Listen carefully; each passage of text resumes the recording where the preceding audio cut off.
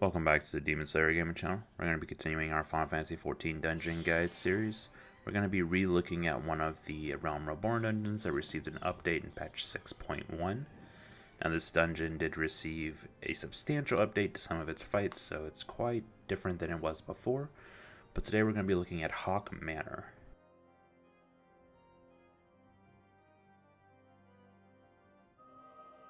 Starting off, you'll notice that even some of the trash pools have changed.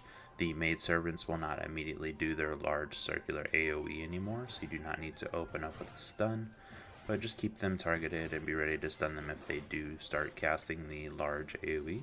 But you'll move into the left room, picking up the tiny key like normal. Then you'll proceed down the hall and to the right room.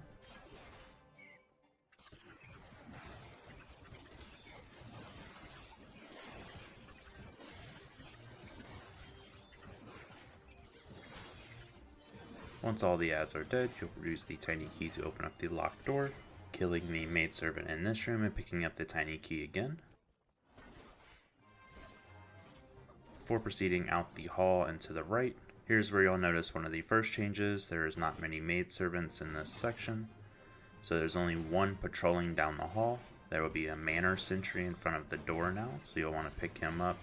He has the same petrify ability and other eye abilities that the previous manor servant had, so just keep him facing away from the group. Make sure to pick up the maid servant if she comes too close. And then you'll be at the first boss. The first boss is the exact same as it was before, so you'll want to use your interject and stuns at different times during the fight to interrupt some of her abilities, and keep her facing away from the group as she does have a frontal cone that has no prompt to it, so she'll just end up hitting everyone in front of her. But you can interrupt her void fire too. And then when she casts Dark Mist, you can just stun her. If you have any ranged DPS in your group, they can also help with the interrupts on the void fire, and your melee can help with the stuns for the Dark Mist.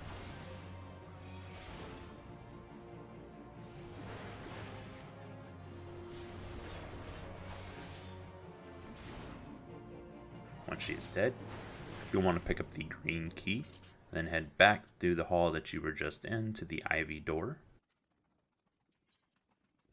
From here, you'll just want to jump off the balcony and then pick up the enemies and proceed down the hall.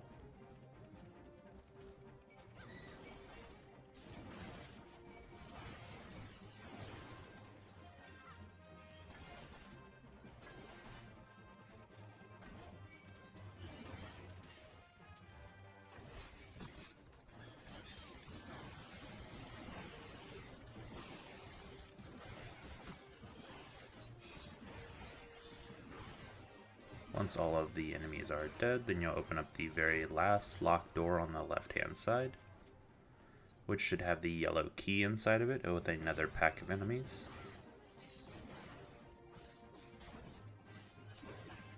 After you get the yellow key, then you'll proceed past the barricade and over to the Carnation door. After opening this up, you'll have access to the second boss. For the second boss, the Manor Jester is a spellcaster, so you can use Interject to interrupt some of his abilities, a good one being the Ice Spikes that he casts in the very beginning of the fight. You'll want to save your stun for the Manor Steward for when he's casting Soul Drain, that way you don't have to stop DPSing him to move away.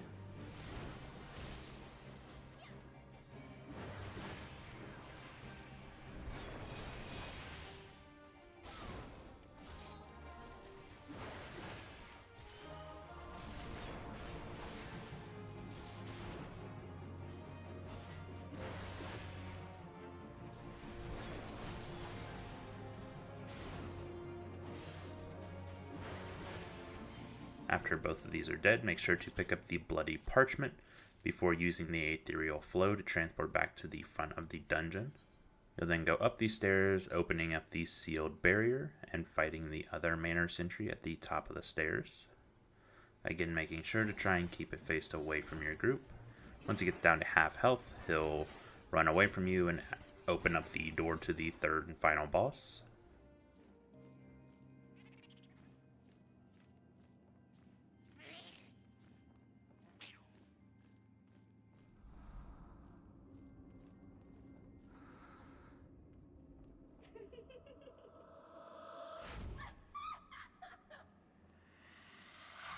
Now the final boss did receive a complete overhaul, so you will no longer have to deal with the lamps around her room.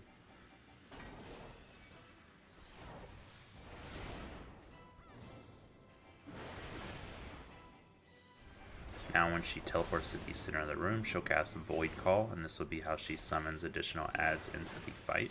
She'll start off by summoning the Manor Sentry, which will be untargetable and be in the center of the room, casting Petrifying Eye. So everyone will just want to face away from the Manor Sentry. When she casts Void Call again, this one will summon a Lady's Handmaiden that you'll just want to focus down and kill really quickly.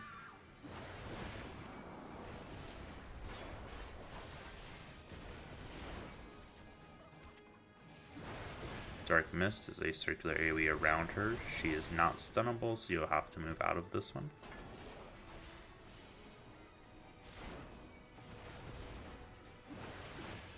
The third Void Call will again summon a Manor Sentry.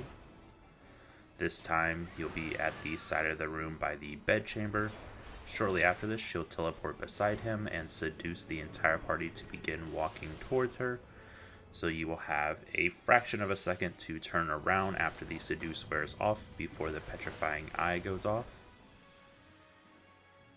And this should be it for Haukke Manor. I hope this helped everyone out, and if it did, please make sure to like the video, subscribe to the channel, and I will catch you on the next one.